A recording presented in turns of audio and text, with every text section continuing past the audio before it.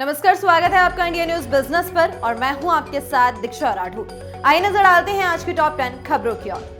Engineering entrance exam यानी JEE main 2024 session 1 के result सामने आ गए हैं, जिनके मुताबिक 23 स्टूडेंट्स ने एग्जाम में 100% मार्क्स अचीव किए हैं। वहीं पिछले साल 100% हासिल करने वाले स्टूडेंट्स में कुल 44 स्टूडेंट शामिल थे। इस बार पिछले साल की तुलना में रिजल्ट उतना बेहतर नहीं आया। साथ ही इस साल कुल 23 टॉपर्स में से एक भी लड़की का नाम नहीं है और सबसे ज्यादा स्टूडेंट्स तेलंगाना से हैं। जी हाँ, 23 टॉपर्स में से कुल 7 टॉपर्स तेलंगाना से हैं। वहीं 3 आंध्र प्रदेश से, 2 हरियाणा से, 1 तमिलनाडु से, 2 दिल्ली से, 3 महाराष्ट्र से, 3 राजस्थान से, 1 गुजरात से और 1 कर्नाटक से। हालांकि 100% स्कोर करने वाले स्टूडेंट्स में ईडब्ल्यूएस, एससी और एसटी कैटेगरी से कोई भी उम्मीदवार नहीं है। साथ ही आपको बता दें कि जेईई सेशन 1 एग्जाम का आयोजन एनटीए ने 24 जनवरी से 1 फरवरी तक किया था, जिसमें मेन पेपर 1 के लिए 12,21,615 उम्मीदवारों ने आवेदन किया था। आयशर मोटर्स ने अपने फिस्कल ईयर 2024 की तीसरी तिमाही के नतीजे घोषित कर दिए हैं। कंपनी का consolidated net profit year on year basis पर 34.4% की ग्रोथ के साथ 996 करोड़ रुपीस का रहा है। ऑपरेशनल रेवेन्यू सालाना आधार पर 12.3% बढ़कर 4,179 करोड़ रुपीस का हो गया है, जो अनुमान 4,048 करोड़ रुपीस से भी ज्यादा का था। सीक्वेंशली टॉप लाइन में केवल 1.6% की ग्रोथ हुई है, जबकि बॉटम लाइन में 2% की गिरावट आई है। वहीं एबिटा साल दर साल 27% बढ़कर 1,090 करोड़ रुपीस का रहा है और ऑपरेटिंग मार्जिन साल दर साल 305 पॉइंट्स बढ़कर 26.09% पर पहुंच गया है। देश की दिग्गज bike manufacturing company hero MotoCorp ने प्रीमियम बाइक सेगमेंट में एक नई बाइक को लॉन्च कर दिया है। इस बाइक का नाम मैवरिक 440 है। कंपनी ने बीते महीने इस बाइक को अपने एक इवेंट में अनवील किया था। ये बाइक 440 सीसी सेगमेंट की बाइक है और कंपनी ने इस बाइक को इंडियन मार्केट में लॉन्च कर दिया है। ये बाइक 3 वेरिएंट में लॉन्च की गई है। कंपनी ने इस बाइक के लिए बुकिंग विंडो को भी खोल दिया है। आप इस बाइक को 5,000 रुपए के टोकन मनी के जरिए बुक कर सकते हैं। ये अमाउंट पूरी तरह से रिफंडेबल है। अगर आप बाइक नहीं खरीदते हैं तो कंपनी इस अमाउंट को वापस कर देगी। बाइक की शुरुआती कीमत 1.99 लाख रुपए है। इंजन की बात करें तो इस बाइक में 440 सीसी का ऑयल कूल्ड इंजन मिलता है। ये बाइक 4000 आरपीएम और 36 एनएम का मैक्सिमम टॉर्क और 27 बीएचपी की पावर जनरेट करती है। बाइक में 6 स्पीड गियरबॉक्स मिलता है। कंपनी ने इस बाइक को 5 कलर वेरिएंट में पेश किया है।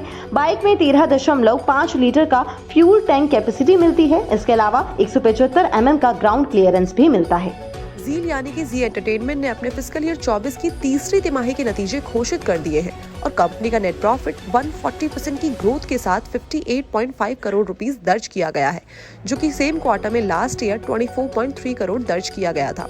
इसके साथ ही साथ कंपनी का रेवेन्यू फ्रॉम ऑपरेशंस उसमें 3% का डिक्लाइन आया है और इस बार revenue from operations 2,045 crore rupees दर्ज किया गया है, जो कि पिछले साल के सेम क्वार्टर में 2,108 करोड़ रुपीस का था। इसके साथ ही साथ एबिटा में 42.9% की गिरावट आई है और इस बार एबिटा 209 करोड़ रुपीस दर्ज किया गया है, जो कि पिछले साल के सेम क्वार्टर में 366 करोड़ रुपीस का दर्ज किया गया था। इसके अलावा अगर डोमेस्टिक एडवर्टाइजिंग के रेवेन्यू की बात करी जाए तो वो इस बार 986 करोड़ रुपीस दर्ज किया गया है, यानी कि इसमें 4.9% की बढ़त देखी गई है और ईयर ऑन ईयर बेसिस पे अगर बात करी जाए तो इसमें 2.7% की गिरावट आई है। अब देश का हर घर रोशन होगा। जी हां, मोदी सरकार ने एक बड़ी योजना का ऐलान कर दिया है। दरअसल प्रधानमंत्री नरेंद्र मोदी ने नागरिकों को हर महीने 300 यूनिट तक फ्री बिजली देने के लिए मंगलवार को पीएम सूर्य घर मुफ्त बिजली योजना की घोषणा की है। पीएम मोदी ने कहा कि 75,000 करोड़ रुपए से ज्यादा के निवेश वाली इस परियोजना का मोटिव हर महीने 300 यूनिट तक फ्री बिजली प्रदान करके 1 करोड़ घरों को रोशन करना है। प्रधानमंत्री मोदी ने कहा कि लोगों के बैंक अकाउंट्स में सीधे दी जाने वाली पर्याप्त सब्सिडी से लेकर भारी रियायती बैंक ऋण तक केंद्र सरकार ये सुनिश्चित करेगी कि लोगों पर लागत का कोई बोझ न पड़े। बता दें कि मुफ्त बिजली योजना असल में रूफटॉप सोलर स्कीम है। रूफटॉप सोलर स्कीम की घोषणा 2024-25 के बजट में भी हुई थी।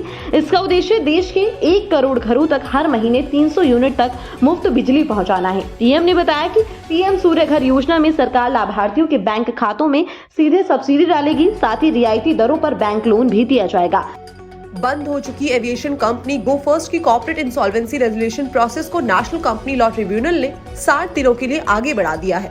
एनसीएलटी ने इसकी डेट तब आगे बढ़ाई है जब इसे बताया गया है कि 3 पार्टियों ने गो फर्स्ट को खरीदने में दिलचस्पी दिखाई है। रेजोल्यूशन प्रोफेशनल के मुताबिक गो फर्स्ट को खरीदने में दिलचस्पी रखने वाले तीनों पार्टियां अपना रेजोल्यूशन प्लान 15 फरवरी तक सबमिट कर सकती है।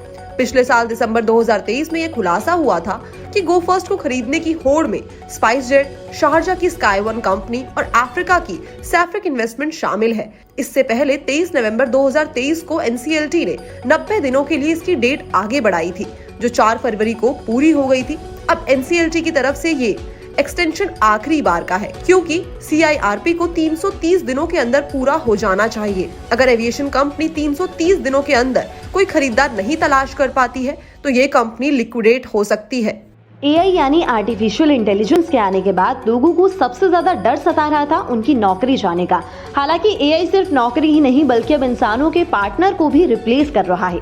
25 साल की चीनी महिला तुफई का कहना है कि उनके बॉयफ्रेंड के पास सब कुछ है जो उन्हें चाहिए होता है, लेकिन उनका वो बॉयफ्रेंड कोई इंसान नहीं बल्कि एक चैटबॉट है जो ग्लो नाम के ऐप पर मौजूद है। ये ऐप फ्री है, हालांकि कंपनी दूसरे पेड कंटेंट के जरिए कमाई करती है। इस AI प्लेटफॉर्म को शंघाई के स्टार्टअप मिनीमैक्स ने तैयार किया है।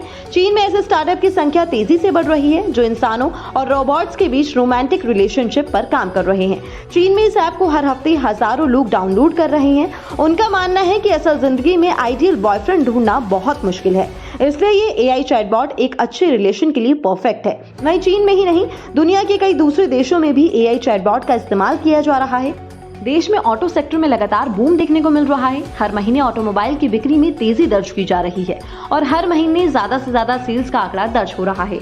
Society of Indian automobile manufacturer यानी SIAM ने जनवरी महीने के लिए ऑटो सेल्स का आंकड़ा जारी कर दिया है। तो सेल्स के आंकड़ों पर नजर डालें तो यहाँ भी बिक्री के आंकड़ों में तेजी दर्ज हुई है। घरेलू बिक्री के आंकड़ों की बात करें तो पैसेंजर व्हीकल की कुल बिक्री 3,93,074 लाख यूनिट्स रही। इसके अलावा जनवरी में 3 व्हीलर की बिक्री 53,537 यूनिट की रही और 2 व्हीलर की बिक्री 14,91,183 यूनिट्स रही। इसके अलावा जनवरी में 2 व्हीलर सेगमेंट में भी अच्छी ग्रोथ देखने को मिली, वहीं 3 व्हीलर सेगमेंट ने भी अच्छा परफॉर्म किया। हालांकि जनवरी 2024 में कमर्शियल व्हीकल सेक्टर में अच्छी ग्रोथ नहीं दिखी। पैसेंजर व्हीकल में जनवरी में 14% की बढ़त, 3 व्हीलर में 9% और 2 व्हीलर में 26% की ग्रोथ दर्ज हुई है। बीते दिन मंगलवार को किसान आंदोलन के चलते शंभू बॉर्डर पर पुलिस और किसान जो है वो आमने सामने आ जाते हैं। हालात ऐसे हो जाते हैं कि पुलिस को किसानों को दिल्ली के अंदर रोकने के लिए आंसू गैस के गोले और पानी की बौछार करनी पड़ती है किसानों के ऊपर। वहीं दूसरी तरफ जब किसान गुस्से में आ जाते हैं तो वो भी पथराव चालू कर देते हैं। अब इस पूरे मामले में अगर हम बात करें तो हालात ऐसे बन जाते हैं कि लगभग 15 पुलिस के लोग घायल हो जाते हैं और दूसरी तरफ 12 से ज्यादा किसान जो है वो घायल हो जाते हैं। फिलहाल अगर हम बात करें तो इन सभी लोगों को अस्पताल में एडमिट करा दिया गया है। फिलहाल अगर हम अभी के हालातों की बात करें तो पुलिस जो है वो पूरी तरीके से किसानों को रोकने में कामयाब है ताकि वो दिल्ली के अंदर एंटर ना कर सके। हफ्ते के तीसरे कारोबारी दिन बाजार में देखी गई शानदार रिकवरी। निफ्टी करीबन 96 पॉइंट्स की मजबूती के साथ 21,840 के लेवल पे जाके बंद हुआ। इसी तरह बैंक निफ्टी भी करीबन 405 पॉइंट्स की मजबूती के साथ 45,908 के लेवल पे जाके बंद हुआ। अगर सेंसेक्स की बात करी जाए तो आज सेंसेक्स करीबन 277 पॉइंट्स की मजबूती के साथ 71,833 के लेवल पे जाके बंद हुआ। अगर आज के टॉप गेनर्स और लूजर्स की तरफ नजर डाली जाए तो BPCL करीबन 7.30% की मजबूती के साथ आज का टॉप गेनर बना। इसके साथ ही साथ टेकएम 2.8% की कमजोरी के साथ आज का टॉप लूजर रहा। तो आज BSE के 30 शेयर्स में से 17 शेयर्स हरे निशान पे जाके बंद हुए और बाकी के शेयर्स लाल निशान पे जाके बंद हुए।